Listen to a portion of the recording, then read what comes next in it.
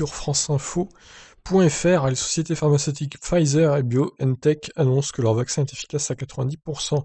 Les résultats viennent de la première analyse intermédiaire de l'essai de phase 3, la dernière avant une demande d'homologation.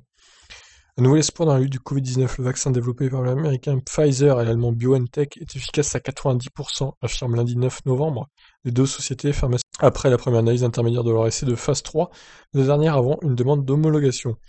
La protection des patients a été obtenue 7 jours après la deuxième des 2 doses et 28 jours après la première, selon les résultats préliminaires. Plus de 8 mois après le début de la pire pandémie en plus d'un siècle, nous pensons que cette étape représente un pas en avant significatif pour le monde dans notre bataille contre le Covid-19, a déclaré le président directeur général de Pfizer, Albert Bourla, dans un communiqué. Le premier ensemble de résultats de notre essai de vaccin Covid-19 de phase 3 fournit la preuve initiale de la capacité de notre vaccin à prévenir le Covid-19. Ajoute-t-il. Sur la base de projections, les entreprises ont déclaré qu'elles prévoyaient de fournir jusqu'à 50 millions de doses de vaccins dans le monde avant la fin de l'année et jusqu'à 1,3 milliard de doses en 2021. Alors on est loin de la population mondiale qui est de plus de 7 milliards du coup. Pfizer et BioNTech entendent demander une autorisation d'utilisation d'urgence de leur vaccin dès ce mois-ci aux États-Unis.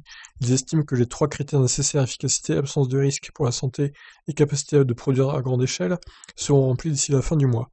Ce qui signifierait, selon le Guardian, que les membres du personnel hospitalier pourraient être les premiers à être vaccinés dans certains pays avant la fin de l'année. Après cette annonce qui a provoqué un bond des bourses mondiales, le président américain Donald Trump a salué une excellente nouvelle. Le président élu Joe Biden a dit y voir un signe d'espoir tout en prévenant que la bataille était encore loin d'être gagnée. Le directeur général de l'Organisation mondiale de la santé, Tedros Adhanom Ghebreyesus, désolé si je prononce mal, c'est pas simple, a quant à lui jugé encourageante cette annonce.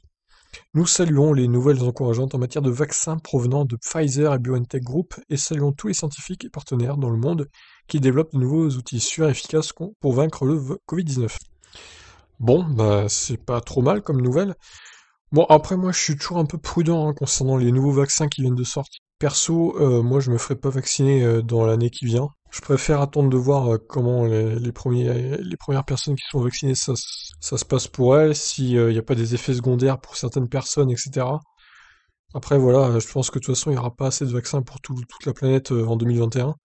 Donc à la limite peut-être en 2022 si vraiment le vaccin est efficace, mais bon, c'est pas non plus l'Ebola, le Covid-19, donc je pense qu'il faut pas non plus directement sauter sur le vaccin à pieds joints.